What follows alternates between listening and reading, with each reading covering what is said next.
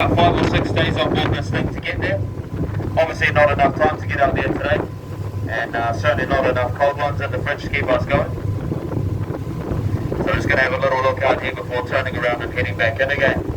Do be aware though, the Tasman Seas Renown for its rough weather conditions, about a 2 to 3 metre swell, exceeding 8 to 10 metres in some rough occasions. Nothing like that today though. But on occasions we have to turn around where we are at the moment. We can't head out there, it's too rough.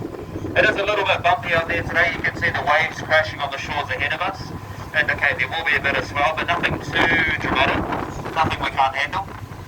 But a couple of things, you just need to take care when moving around the vessel. Use the handrails provided. If you don't have the greatest of sea legs, take a seat or hold on to whoever or whatever's close by. Especially if you have your children, make sure that they're nice and secure and looked after. And watch out for any hot drinks as well. Just be good.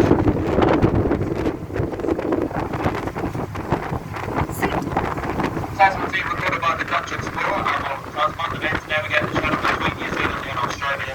Hence the name. 13 other fields, otherwise known as sounds, doubtless